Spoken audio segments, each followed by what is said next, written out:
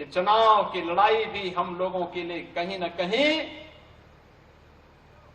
एक भारत श्रेष्ठ भारत के प्रधानमंत्री मोदी जी के विजन को आगे बढ़ाने का ही एक लड़ाई है। आपने बदलते हुए हरियाणा को देखा होगा, हरियाणा की बदलती हुई तस्वीर को देखा होगा। डबल इंजन सरकार के समय हरियाणा में जो परिवर्तन हुआ है, इस परिवर्तन को देखा होगा। परिवारवाद से ऊपर उठ करके, मत और संप्रदायवाद से ऊपर उठ करके देश के लिए कार्य करने का जज्बा हो, तब देश बनता है, तब जनता जनार्दन का आशीर्वाद प्राप्त होता है।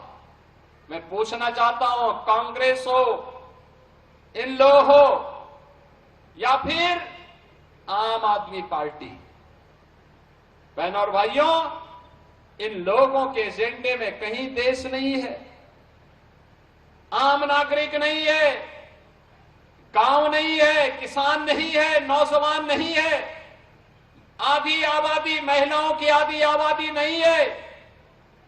इनका एजेंडा तो संकीर्ण एजेंडा है। इनका एजेंडा तो बांटो राज करो का एजेंडा है। इनका एजेंडा बांटने वाला है। याद करिए, ये वही कांग्रेस है जिसने कश्मीर में धारा 370 लगाई थी। 370 के खिलाफ सबसे पहले आवाज उठाई थी भारतीय जनसंघ ने।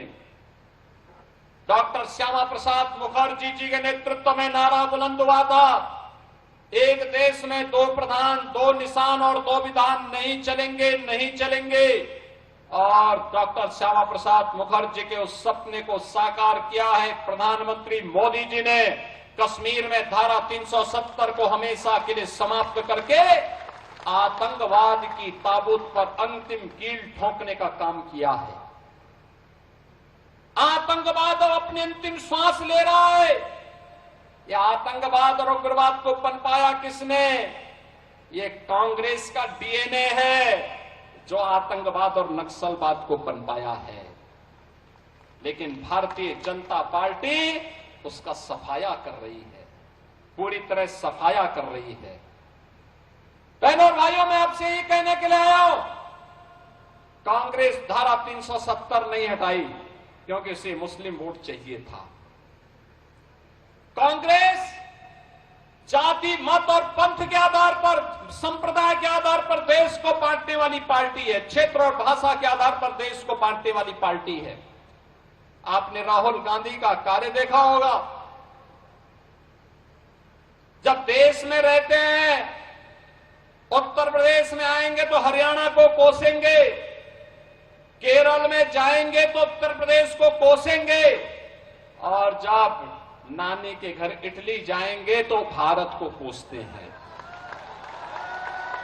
देश में संकट आता है तो इनको नानी याद आती है, तब भारत की 140 करोड़ जनता जनार्दन याद नहीं आती है। बहनों और भाइयों, एक और देश के खिलाफ इतना शत्रुता का भाव रखने वाली कांग्रेस है। परिवारवाद से जकड़ी हुई इन लोग है।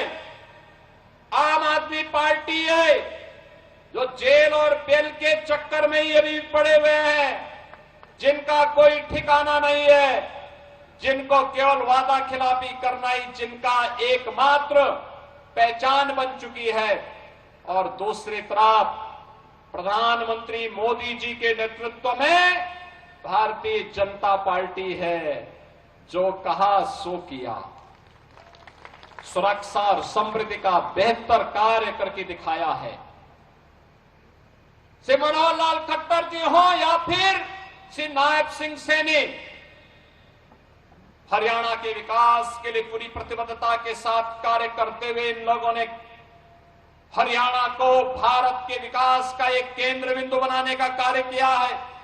अभी मैं आया हूं यहां पे, सबसे पहले मैंने यहां देखा है, जैसे ही मैं सोनीपत में आया, यहां पे इस राई में आया हूं, मुझे यहां के स्पोर्ट्स यूनिवर्सिटी के दर्शन हुए। स्पोर्ट्स यूनिवर्सिटी, देश के अंदर 3 स्पोर्ट्स यूनिवर्सिटी बन रही है, एक हरियाणा में और एक हम यूपी में बना रहे हैं।